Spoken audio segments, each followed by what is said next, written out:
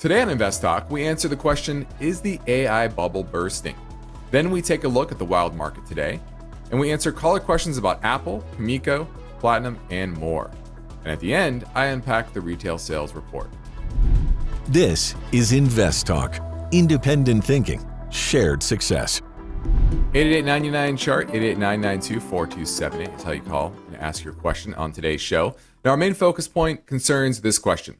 Is the AI bubble bursting? And this is based on a new report from Goldman Sachs. And many can argue that this was the catalyst for the recent sell-off in NVIDIA and many tech names. It also could just be a future Trump administration that might be less accommodating to the tech industry. But nonetheless, this is very important. Is there's a lot of expectations going into earnings season and beyond for these AI names, and how consistent will their earnings come in, and how much payoff will there be for those that did pour a bunch of money into AI development. And this report from Goldman Sachs talks a lot about the hyperscalers, Alphabet, Microsoft, Meta, and Amazon mainly. They're the ones really putting billions and billions and billions of dollars into the AI push and developing those capabilities. And so in this report, they say the big tech has poured $357 billion in CapEx and R&D over the past year, with a significant portion directed to AI. And like I said, the majority of that is coming from those top four hyperscalers. Now, the report titled Gen AI, Too Much Spend, Too Little Benefit. And it's very skeptical that generative AI will actually move the needle beyond just the picks and shovels phase into actual killer applications that are used daily across many industries, bringing in the billions of dollars in return for the billions of dollars invested, right? Because these companies are not going to continue to spend tens, if not hundreds of billions of dollars each year to develop a technology that doesn't have an end payoff, right? They're going to adjust, and this adjust their spending, and then that would impact mainly, the NVIDIAs of the world, SMCIs, the AMDs, et cetera, that are getting the bulk of this money. Okay, what Goldman's basically saying is that AI has limited economic upside currently, and no killer app. And now they did say that could take a while to burst. Now, this report came out a week ago, but that's kind of when these names started to really falter.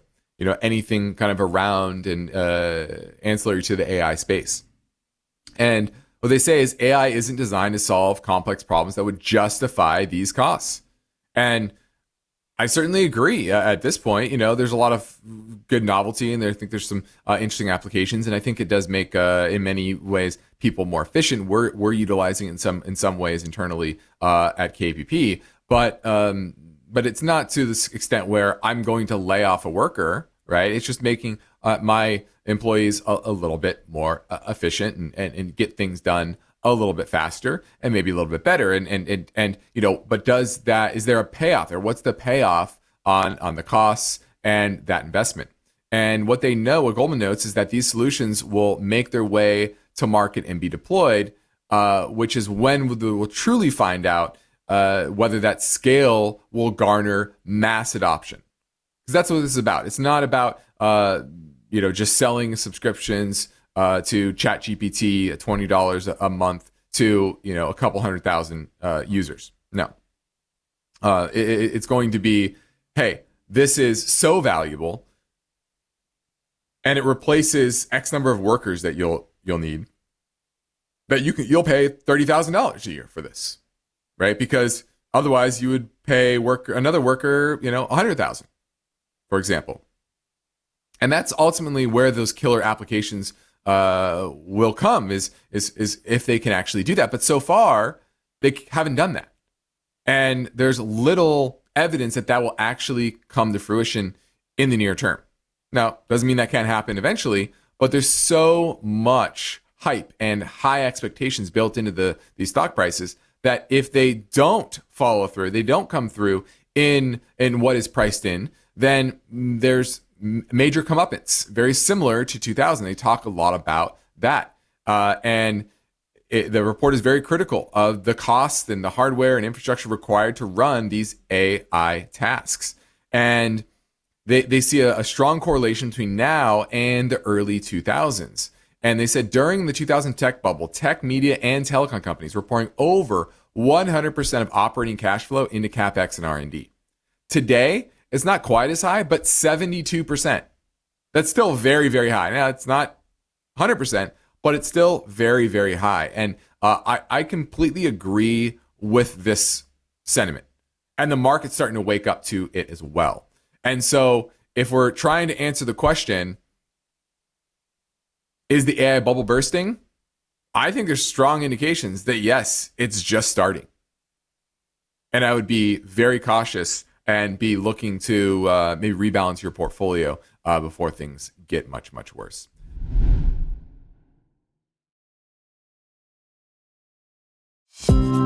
Did you enjoy our insights on InvestTalk? Great news. Our podcast is available on all major platforms. Make sure to subscribe wherever you listen to your podcasts and get the latest in investment advice across Spotify, Apple Podcasts, and more. Subscribe now and join the community of informed investors.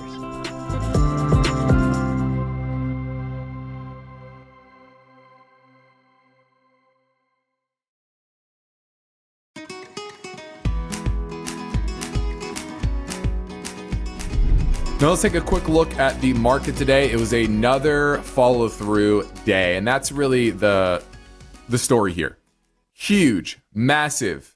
You have to wake up and pay attention because these type of market shifts only happen once every few years. You know, trends tend to stay in place until there's some sort of catalyst that will break them out of that trend.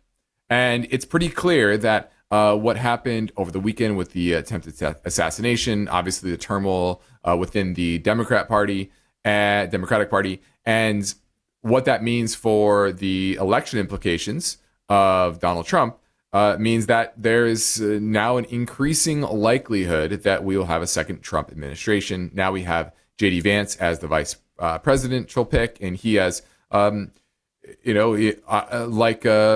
most politicians these days, there's a lot of controversial views, but for the markets, what they care about has to do with his economic viewpoints, and there's a couple of major factors that I think are influencing markets right now.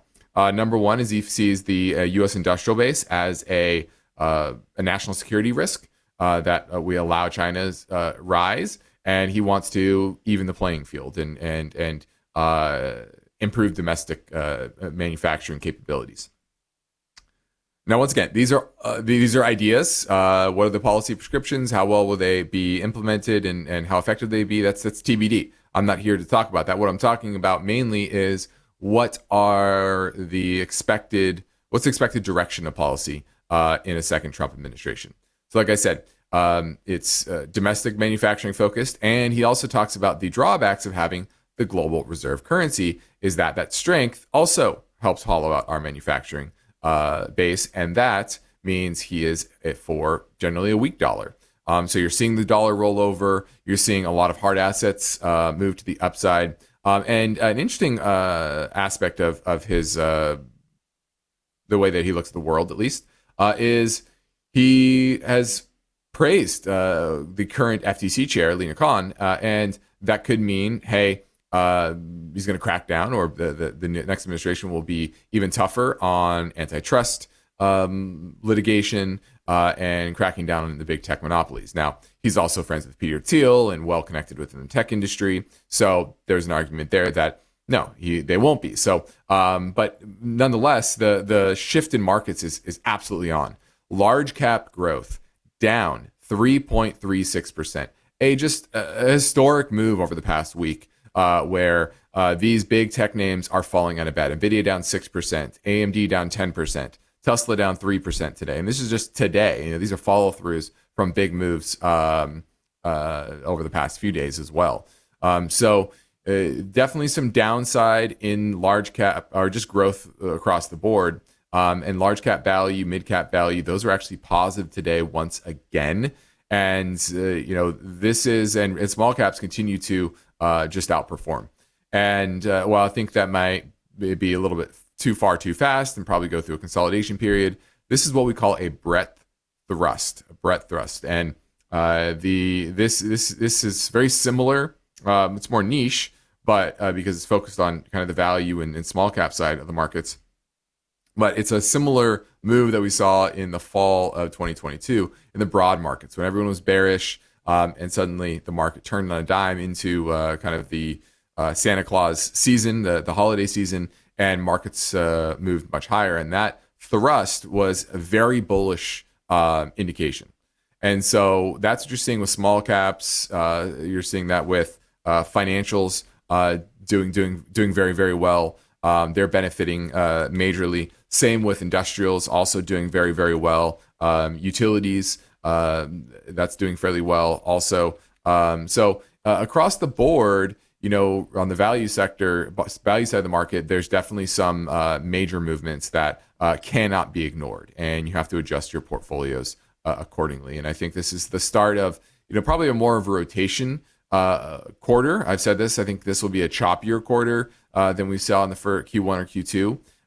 But ultimately, it will likely set up for a year-end rally across the board, while the positioning, I think, in markets will continue to evolve and set up for that next Trump administration. So that's kind of where we're at and where markets are at as we head past the hump day here on Wednesday. Just calling to ask you guys about CRGY, Crescent Energy. It's a small cap value oil company, natural gas. Just wondering what your thoughts are on it. I have a position in it and didn't know if it was a good one to keep. It's starting to go down. I'm not 100% sure why, or if it's something I should hold on to for the future and see what happens. Look forward to your answer. Thank you. I didn't get the symbol on that. Tom, CRGY. There we go. CRGY is the symbol. CRGY. Okay, Crescent Energy engaged in exploration and production of oil and gas properties across 48 states and the United States. And here's my issue. This looks like it went IPO back in 2021, and that's when it was losing money. Then it started making money in 2022, but earnings are falling from $3.01 in 2022 to $1.12 last year. It's supposed to go up to $1.82 this year and then $2.69. And you might look at it and you might say, okay, it's a $12 stock. If it makes $2.69 next year, that's pretty cheap. And I would agree with that. But my problem is I tend to try to listen to the markets and the charts. And you are seeing definitely a setup that, from a technical perspective, that is not that great. You definitely have poor relative strength. Okay, 53 on the relative strength number. So I don't love that. So that's my issue here. Is there's just not a whole lot of momentum compared to the broader industry. They also have a good amount of debt on their balance sheet. Actually, a lot of debt on their balance sheet, nearly $2 billion on a $1.3 billion market cap, and their free cash flow is negative. So I would move on. Frankly, I think you have a lot better options in the oil and gas space. I like where you're looking. This would just be very, very low on my list to own within the oil and gas space. So I would move on quickly. Now, we have a lot of ground to cover over the next 45 minutes or so, and time permitting, we have a lot planned. One is in regards to U.S. retail sales. We have a new report that just came out. How is the consumer doing? Look at that. And then lastly, the market sentiment. It is, according to the options market, very, very frothy, to say the least. Okay, so we'll take a look at those numbers and what that means for where we are in the market as the transition or the rotation of market is on in earnest. So those are the topics that we have.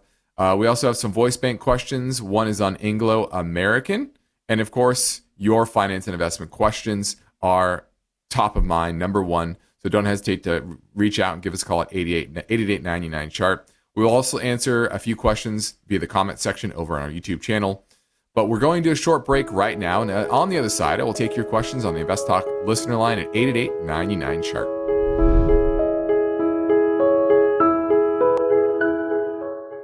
Do you want to take your investment strategy to the next level?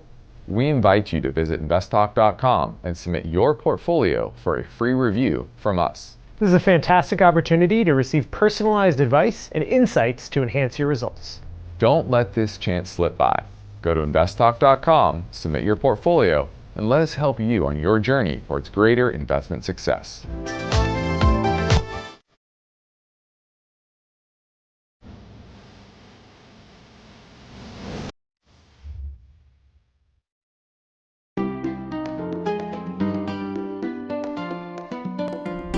Now, I hope you've been telling your friends that our InvestTalk audio podcast is also available in video form over on our YouTube channel. And we get questions submitted via the comment section over there. And here is one of those questions that came in yesterday.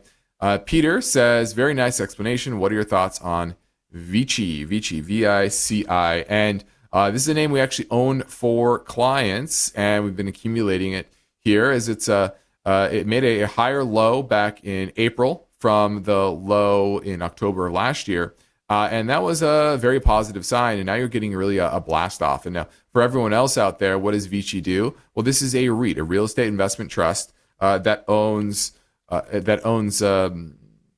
entertainment facilities, gaming, hospitality, etc. They recently purchased Caesars Palace. Or was it Caesars or Bally's? I'm trying to remember off the top of my head. But one of the big properties in Vegas, and just in general, very strong free cash flow, over $2 billion. Market cap only $32 billion. So 5% yield, very good, high quality, basically entertainment REIT. And we like this name. It's been going through a consolidation period for a number of months now, and if the interest rates go down, that's going to help REITs. If you get a boost in the economy, especially for domestic jobs and manufacturing, their properties are in many instances close to places that will probably get a boost from a weaker dollar, a refocus on domestic manufacturing, etc. So we like VICI Properties and give it a thumbs up. Now let's go to John in St. Louis looking at Cameco. Yeah, I was calling about Cameco, CCJ. And you own it, looking to buy it. What's your question? I just bought it today. I'm trying to make a play on uranium. I noticed that its price dropped down to what Morningstar classifies as fair value today, so I bought a few shares. I was just calling to see what you guys thought of the company. Its PE ratio is really high. Yeah, we really like it. We think it's into some support here, right around $46 to $47. So I think this is a good entry point for Cameco. Thanks for the call. Now we're heading to our first major break for the hour, but ready to talk to you at 888-99-CHART.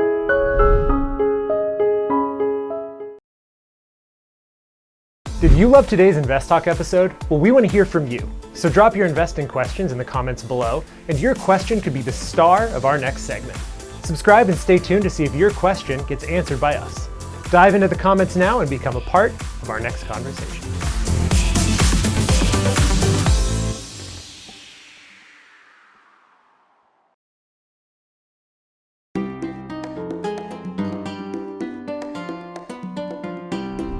Let's go talk to Peter in Modesto, and he wants to talk about indexing. Hi, Justin. Of course, a big thank you for taking my call. I've been a long-time listener. About, probably 15 years or more I've been listening to your podcast. Appreciate it. Funny enough, listen to it regularly while out in my orchard driving my tractor. Nice. I love that. But my question has to do with some indexing and that I've been doing and trying to figure out which way is better or if there is indeed a difference. So I've kind of decided a portion of my portfolio I wish to just simply index across the broad spectrum of stocks. So using Vanguard as an example, I know there's many other ETF indexed examples in mutual funds as well. What I've been using is a variety of their value and growth, mid, large, and small cap sector ETFs. Okay. But as I was looking at that, I was trying to figure out, is there really any difference in spreading money across those kinds of ETFs versus just simply investing in a single ETF or mutual fund that invests in a broad spectrum of stocks, such as, using ETFs as an example, such as Vanguard's VT or VTI. Mm-hmm. In other words, why would I mess with 10 different ETFs versus just a single one? Well, very simple. You're trying to gain different types of exposures than you're going to get with a VTI or a VT, right? Because those, especially the broad-based ones, whether that's SPY or VTI or VT, they're very heavily weighted on the growth side of the market. That's why they underperformed drastically today, for example. And you'd want to, the reason to use others is to have a different mix of assets, right? 30% of VTI right now is tech, okay? And very little, only 4% energy, is 2% basic materials. It's very much leaning on the growth side of the market. And so, the reason to do something different is to have different style factors, exposure than you would get by just buying a VTI or an SPY. You can kind of customize your strategy a lot more. So that would be the argument. Now, obviously, it takes more work. There's risk that your custom built strategy using ETFs. We do custom built strategies using individual stocks, but you can use ETFs as well. There's the potential for that to not do quite as well. So the way that we look at allocating money, it's what is prudent based on fundamentals of the economy as well as individual companies and sectors, and what type of trends are likely to be in place over the next 3, 6, 9, 12 months based on that economic backdrop. Whereas if you just buy the broad-based ETF, you're just doing that thing, and it's market-based weighted. So a lot of it's reflexive, and you're just allocating more and more to the bigger companies, which oftentimes are the more expensive companies. And, that can continue on until there's a time and place like now where markets shift. And that's why you're starting to see markets shift really fast, because it's reflexive in both directions. When things are going well, broad indexing works well. When things turn, all of a sudden, those names that are at the top of the weighting start to get the bulk of the outflows, right? And that's why those names are selling off hard. And money is now moving from those broad-based indexes to small cap ETFs, for example. And so that's what dynamics are playing out right now. One of my biggest fears in the last year with my holdings was that those large cap growths were just going crazy, as everybody's concerned about. And so I can understand how that might be an advantage to be spread out to those other ones. I was just kind of wondering about, is a broad based ETF or mutual fund or whatever going to mimic what I'm doing? And your answer is, or what I'm hearing you say is, no, it isn't. Well, it depends on what that is, right? Because you could use a bunch of different sector ETFs or value-based ETFs and growth ETFs and put them together and make the same similar weighting as a broad-based ETF. And if you're going to do that, then you're right. You're better off just using a VTI or a very broad-based ETF.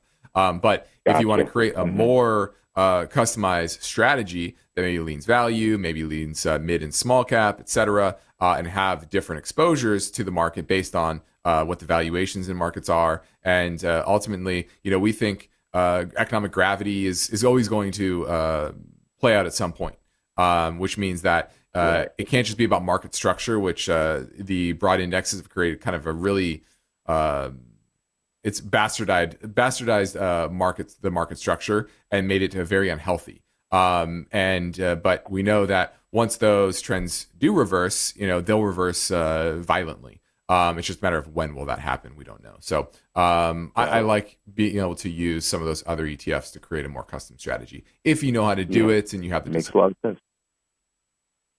Okay. Thank you very much. I appreciate it. No problem. Thanks for being a longtime listener. Let's go to Richard in Valencia. He wants to talk about PPLT, which is the Platinum ETF. Are you looking to buy it or do you own it? I'm looking to buy it. In listening to the show, I've heard a lot about, especially from Justin, in terms of nuclear energy investment in that area, copper in particular. Also mentioned platinum. So looking in terms of the possibility of platinum exposure in this physical platinum ETF, do you think it would be a good place to start investing in platinum? Yeah, I mean you're getting direct exposure. It's the Aberdeen Physical Platinum Shares ETF. PPLT is the symbol, and it does have a relatively high expense ratio, 60 basis points. But that's kind of what you're getting, what you're going to pay when you get a physical fund where they're owning the physical, they're having to store it, etc. They're not using derivatives and things like that. So I do think this is a good place if you're trying to get exposure to platinum. Now, I'm typically though a bigger fan of the platinum producers. Okay, and I can't tell you which ones to go buy, but you might want to do some digging there because I think there's a lot of opportunity in that space because platinum is down on its luck. And as I talked about, I believe that was on Monday, is the whole EV craze was supposed to put platinum and palladium out of business because you don't need them for catalytic converters anymore. But the reality is that that transition is going much slower, and it's actually slowing down due to high costs and lack of infrastructure. And so the death of the internal combustion engine is greatly exaggerated. And so a lot of car companies are moving towards hybrid models, which I think is a much better way to go, and will make our fleet of cars greener much quicker. And so I do like this play, but I would consider buying a miner over this. But if you don't want to do that work, you want to keep it simple, this is not a bad way to go. Thanks for the call. Okay. Well, thank you very much. No problem. No problem, Richard. Let's go play another caller question now. Love your show. Thank you for everything. I would like your guys' thoughts on British American Tobacco, DTI. It's been on my watch list for quite a while. I have owned it previously. I see it's come to a relatively lower level. Love to hear your thoughts. Thanks a lot. All right. British American Tobacco. This is definitely a name that is on the cheap side. It's the second largest tobacco company in the world. And it has good cash flow. The issue is its debt. It just has a lot of debt in its balance sheet. Now, it has been able to reduce that debt over time, but pretty slow. 2017 at its $66 billion in debt. By 2021, it was at $62 billion, and now it's down to $50 billion. So, it's still a lot of debt on a market cap of $72 billion. But they do have a good amount of sales. It's kind of a very, very slow melting ice cube. Now, if you're after it for that dividend, don't think that this is going to be a consistent dividend payer. Part of it is, remember, this is British American Tobacco, so there are some currency risks here. It does fluctuate a little bit based on those currency fluctuations, but I don't think the dividend's going up, and it's probably more at risk of that dividend getting cut, to be honest with you. So I don't mind it. I think it is cheap, but you don't be buying it for that dividend. Be buying it because the technicals are definitely improving. It bottomed back in April, and it's now above all the major moving averages. And after many years of being in a downtrend, it's just starting an uptrend. So to me, this is more of a trade. You collect that dividend in the near term. I probably wouldn't buy and hold it forever because I think it's still the melting ice cube, but it's an undervalued melting ice cube. So it's one of those names that will probably gain momentum in the near term, like a lot of the tobacco names have, and get back to something that is at least more reasonably priced. I think around the $40 levels at $32.70 now. I think that's an area that is a more reasonable valuation, but that's also an area that you probably want to be trimming or eliminating the position as well, because once again, long term, I think it's a melting ice cube. So for a trade over the medium term, I have no problem with BTI. Let's talk a little bit about market sentiment. Markets have been on a tear.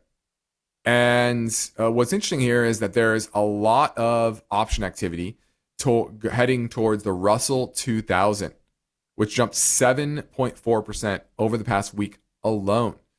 And it was relatively underowned, paid attention to, right? Everyone's focused on AI, and that's starting to shift. And investor sentiment across the board, though, suggests investors' optimism for big gains will keep coming. Now, typically when you get this optimistic, investors are offsides. Now, there's old saying that the market likes to hurt the most people at any given time. So if people are underallocated, guess what? Market's probably headed higher, and people are going to chase the market higher, and vice versa. When everyone's kind of in, there's not many more buyers to support the price, and you get a reversal. And so that's very similar now when you have major option activity, and so many people are buying YOLO options. That's creating a very reflexive market. It's called a gamma squeeze. You see this. You saw this in GameStop and that whole craze. But there's a lot of that happening really across the board. And that's why so many companies, especially the bigger names, the ones that are most followed by the average investor, they tend to run far away from valuations. But when things go awry, they correct very quickly, because the people that own those are either retail investors that have weak hands, meaning once those losses start to build up, they jump quickly. But also in a gamma squeeze situation, the brokers, the market makers, they're the ones that are hedging their sale of those call options by buying the underlying. And suddenly, when those call options are worth less because the underlying stock is going down, the market makers go and sell that position because they're at less risk, and they're always trying to balance that their positioning long a stock versus what type of calls they've sold. And so the market has become very, very reflexive in that way. And the share of investors saying they're bullish on stocks rose to 49% in the latest AAPL survey. That's the American Association of Individual Investors. And that ratio has been above the historical average for about 35 out of the last 36 weeks. So it's one of those markets that things are very frothy, and don't be surprised to see a market setback, especially because the market is so top heavy with those tech names. If they continue to roll over like they have over the last week, things could change underneath the surface as well. There's another question from the InvestTalk YouTube channel. Rowdy12345678 says, "Hey guys, curious what you think of Apple's current valuation. It looks like it got ahead of itself. What would you give us a year-end target?" Well, I can't give you a year-end target, but I do think it is a bit overbought. This is a name we've owned for clients for a long time. And I will say we loved the AI announcement back in May. And we think that there is a lot more, a lot to what Apple is building. And I think they have the platform to gather the data and build AI into their UI that is very user-friendly and is probably going to eventually dominate the AI space. Apple's it's very rarely first to the game, but they do jump on the bandwagon and start to develop their product within that space, and they try to do it the best possible way. And they're very good at executing. And so I think that's what will happen with AI. I think they still need probably a year before this comes to fruition. They can meld the hardware with the AI applications and make it, like I said, user-friendly and efficient and effective. So what I think is the market got ahead of itself that this iPhone cycle, remember they usually launch new iPhones in September, and I think the market got a bit ahead of itself saying, hey, this is the new upgrade cycle for iPhones is coming. It's September, it'll be on, it'll drive massive adoption. And I think there'll probably be some AI tools in that, but I think the real one, because remember, they've been planning this iPhone for pretty much when they launched the last one. So they're probably going to need until next year for that true upgrade cycle to take hold. And so I think it's overbought now, and I think we'll get a setback probably in the third quarter and fourth quarter. But that is a dip on Apple. I think you want to continue to buy, because I do think they will have some killer applications in the AI space. All right, we're heading into our final break. Give me a call now at 888-99-CHART.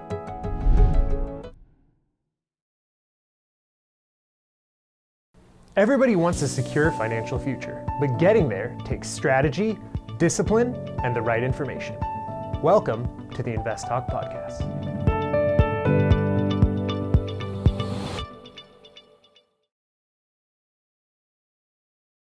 You are invited to be a part of our learning experience. Simply use the InvestTalk voice bank to record your finance and investment questions anytime, 24/7 at 888-99-CHART.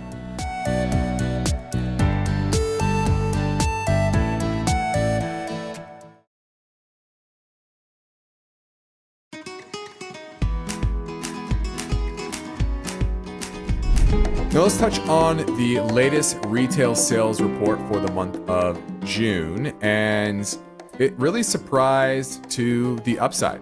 Now, this is unlikely to change the Fed's stance of a rate cut in September. That continues to be the overwhelming odds. You now have a 99% chance, only a 1% chance that the Fed will stay paused on rates this meeting on the 31st of this month, and then in September.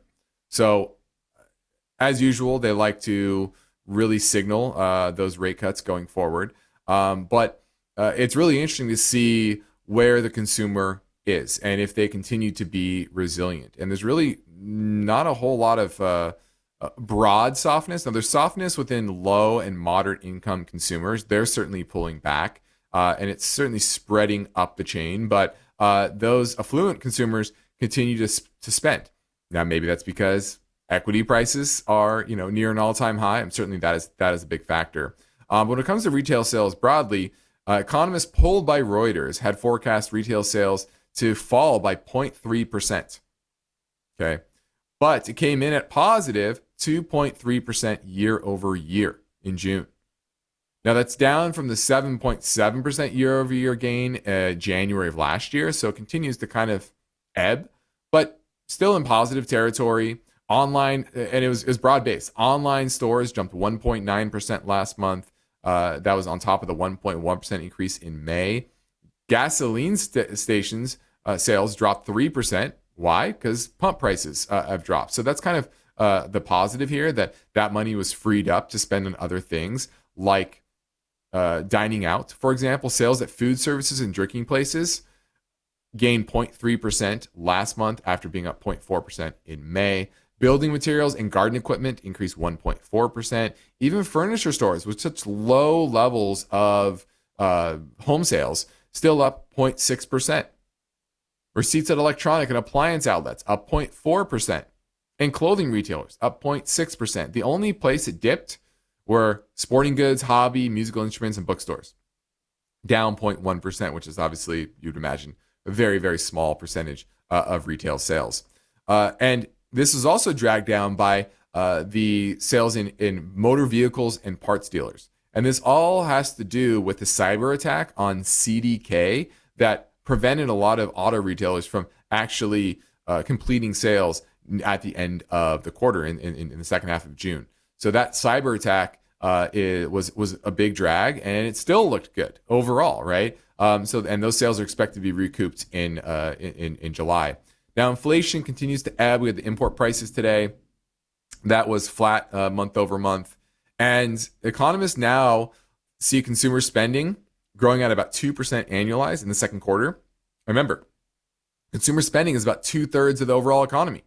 Previously, the forecasts were about 1.5% growth rate, of sales. And so that continues to head higher. The Atlanta Fed GDP Now number is now up to 2.5% from 2% previously, and the economy grew 1.4% in the first quarter. So what you're seeing is, yes, the housing the housing market is soft, the labor market is getting softer, But, you always have to look at it in context. Directionally is one thing, but the magnitude of weakness in parts of the economy remains relatively minor, because unemployment is still 4.1%. 95% of people that want a job, plus that they have a job, and their home prices, right, are high. And so if they get into financial trouble, they can always maybe downsize their home or tap home equity credit, right? There's just a lot of avenues for people to keep their lives comfortable, right? Whether that's selling stock, borrowing against their 401k, all these factors are helping keeping spending continuing to move higher. And so it's really important to kind of block out all the noise, especially, and it's even more important right now as we head into a very divisive political situation and an election. There's going to be a lot of bomb throwing and a lot of name calling and saying one side's good and one side's bad. But ultimately, your job as an investor is to call balls and strikes, look at the facts on the ground, and those are the facts. Now, is that good long term? That's another question that you have to ask as well. But in the near term, that's what we're seeing in markets. So I'm Justin Klein. This completes another InvestTalk program. We thank you for listening, and we encourage you to tell your friends and family about our free podcast downloads, which you can find anytime at iTunes, Spotify, or Google Play. And be sure to rate and review on iTunes as well. Independent thinking, shared success. This is InvestTalk. Good night.